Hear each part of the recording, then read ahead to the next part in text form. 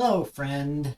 My name is Derek Carter, and in this video today we're going to continue looking at using recurrent layers to build neural networks for time series. So far, we've kind of gone over the basics of how recurrent layers, what they are, and how they work. And we looked at like the LSTM layer and why it works better on long sequences than a naive recurrent layer. And we got a little bit into how to use Keras for adding in recurrent layers to process sequence data. So in this video, we're going to look at some things you need to know to use recurrent layers effectively. So we're going to look at using dropout for recurrent layers, so recurrent dropout. We're going to look at what you need to do to stack recurrent layers together. So you have to keep in mind a couple of things when you want to have a sequence of recurrent layers. And we're going to look at what's known as a bidirectional recurrent layer, which can be useful in some cases for improving your performance on a network. All right, with that, let's go ahead and get started. So our last model in a previous video where we used the LSTM layer as our first example of a recurrent layer was probably overfitting, even though we were using very few units in it, okay? So you already know that dropout can be an effective way to fight overfitting in a neural network. But you can't use normal dropout layers between recurrent layers. So the proper way to use dropout with a recurrent network is you have to apply the same mask at every time step when you're conceptually iterating through the different values in a time series. Okay, so so if you use regular dropout layers, that's not what happens. It would destroy the representation. Okay, so also you should regularize the representations formed by recurrent gates using a constant dropout mask that stays the same over time steps. All right, so a recurrent dropout mask. So there's not a separate, or you shouldn't use the dropout layer, and there's not like a recurrent dropout layer.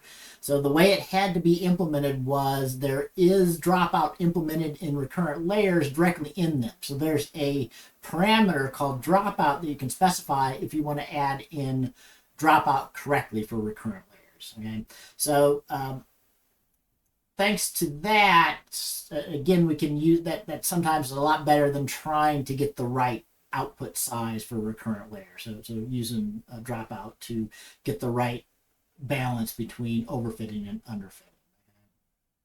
So let's go ahead and create a simple model. We're reusing the same Jenna data, weather data that we did before. Okay, so you're familiar with this time series that we're going to use.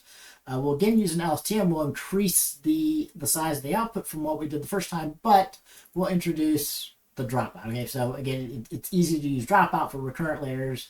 Don't use a separate dropout layer. Use the recurrent layer. Although, again, we'll add in some additional dropout afterwards in order to further fight overfitting. So it is okay to use a dropout layer, but it's not going to have the effect that you want before or after a recurrent layer. You need to use this to get the same effect for a recurrent layer. So I'm going to go ahead and create the model. So this again is relatively simple. We just have the one LSTM layer with some dropout now before and with a separate dropout layer afterwards. And let's go ahead and fit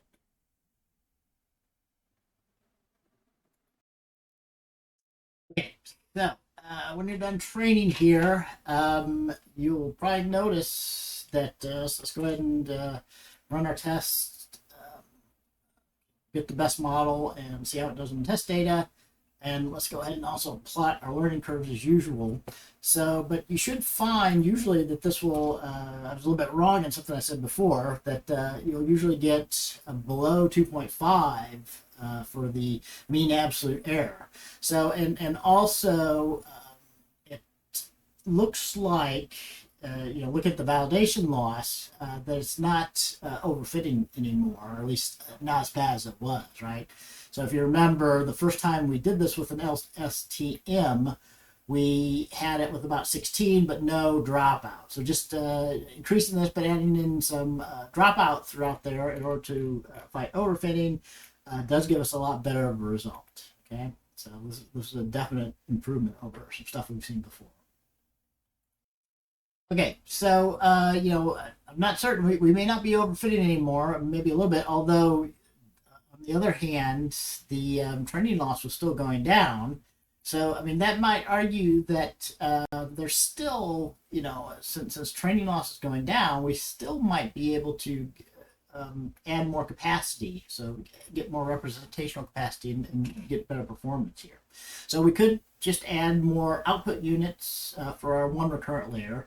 But, another method that we've talked about for just regular neural networks is to stack layers, right? So that's one way you can add representational capacity to your network. Okay?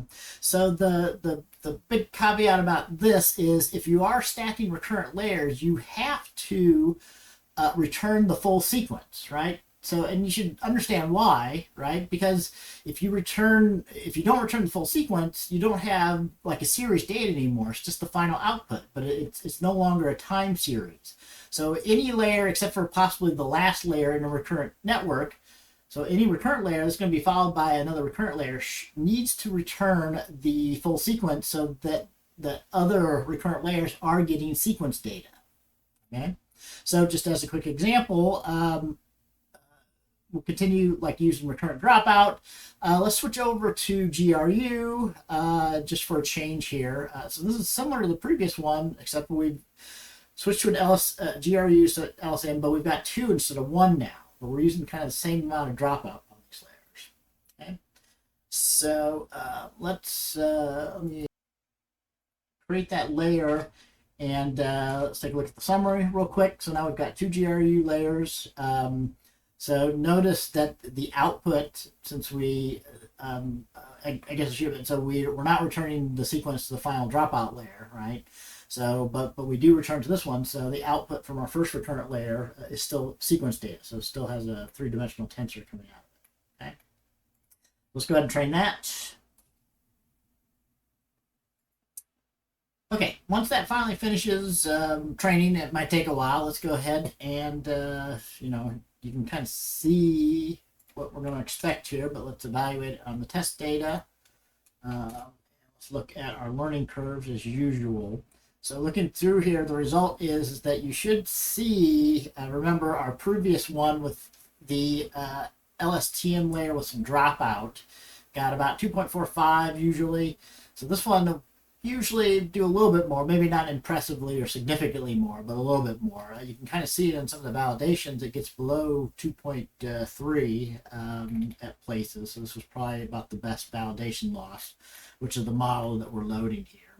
So we got about a 2.41. So probably a little bit better, but not dramatically than the previous one. So we might be seeing diminishing returns from increasing the network capacity here, right? So it looks like it's pretty well balanced right now, looking at our loss here. So that's not bad. So yeah, I think I maybe misstated this before when we first looked at this data set, but you probably can't get much better on really good models than 2.4 on this. So it's increasing some of the best that you can get.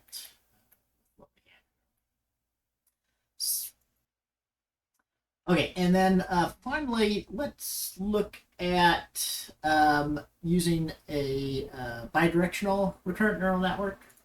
So a bidirectional recurrent neural network, it exploits the order sensitivity of recurrent neural networks. So basically what you're doing, it maybe seems like you're cheating a little bit, but anything you can do that might get you better performance, certainly fair game.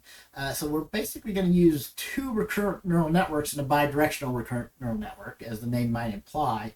One will get the sequence in the normal chronological order, but the other one will be trained on reverse chronological order. Okay, so it's basically exploiting the idea that for some problems, the reverse order is different, but a useful presentation to build a representation of. Okay, so so they're a great fit for text data or even the kind of data where the order matters, but it doesn't matter which which order you use doesn't matter. Okay. So anyway, they're relatively easy to build as a layer. So if you want to use these in Keras, basically you use the bidirectional layer from Keras, and basically you use the first parameter for this is you give it the type of recurrent layer you want to use. Okay, and it'll just make two of those basically. So in this case, it'll make two LSTM layers with 16 outputs. Okay, so so I didn't mention, but yeah, so basically the results of the bidirectional are going to be concatenated together. Okay. So let's go ahead and try out this model. So again, this will take a little while to train, but let's create it and compile it here. I guess we can go ahead and look at the summary. All right. But in this case, so you'll notice that the output, we're just combining, right? So we're just merging. So even though each individual one is outputting 16, it looks like it's coming out as 32 features from this layer here. All right. Let's go ahead and start training that. Okay, so when that one finishes, we didn't train it for very many outputs because you'll find if you evaluate this that it doesn't do as well. It doesn't do nearly as well as the previous two models. In fact, it won't beat our common sense baseline. So notice here that we got about a 2.5, which is worse than the common sense baseline that we have there. So it is easy to understand why for this data. So the bidirectional, it can help in some situations, but pretty much most likely the weather data close to the end where you're 24 hours before predicting is the stuff that's useful. So going in the opposite direction, you're going to kind of end up forgetting all the stuff at the beginning.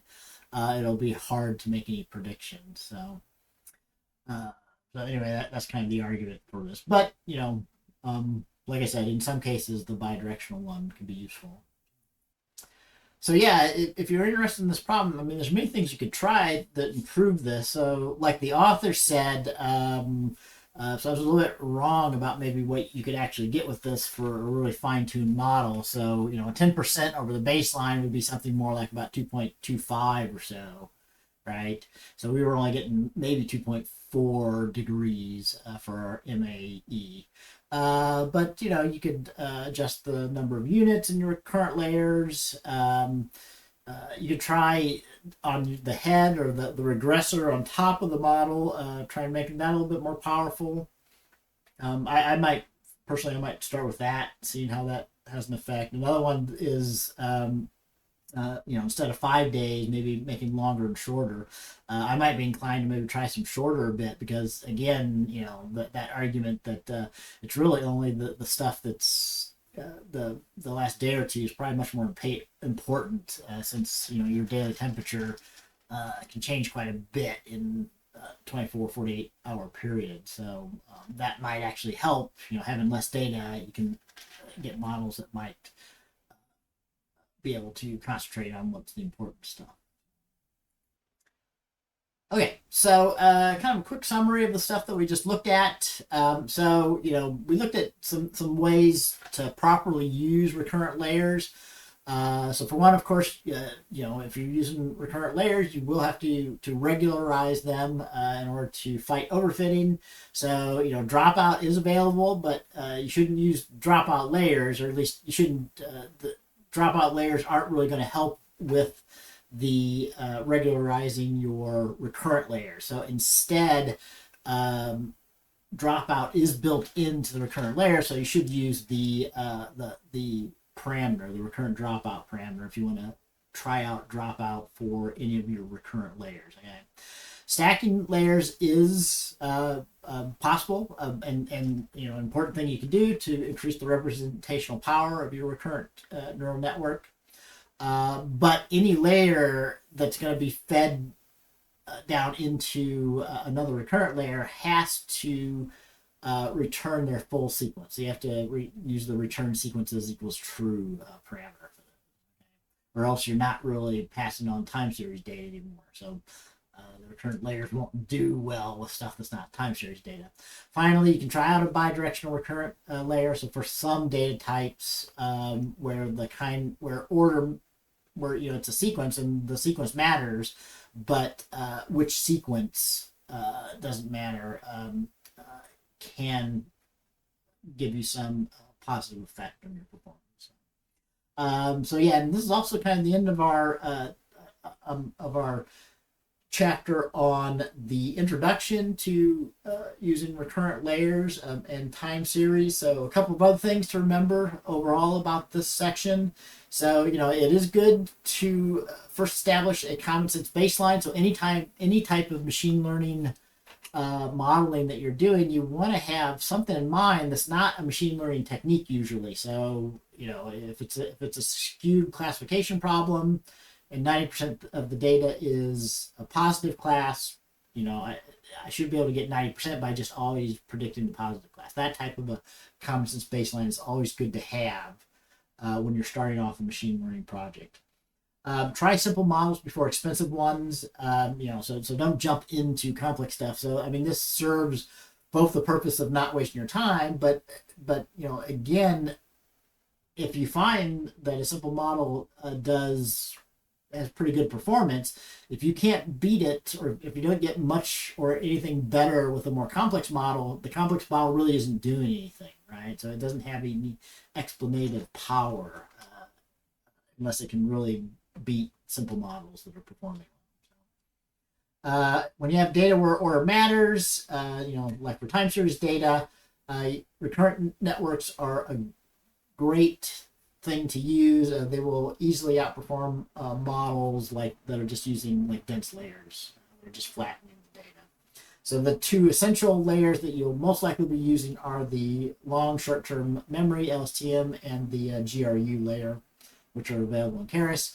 If you want to use dropout, we already mentioned, use the dropout parameter for Keras, LSTM, and GRU layers. And you can stack recurrent neural network layers. Just make certain that you are passing sequences to those if you're to the ones after in your stack of layers. All right, so that's it for this video. I hope that was useful for you for kind of understanding the basics of how recurrent layers work, and I will see you in our next video.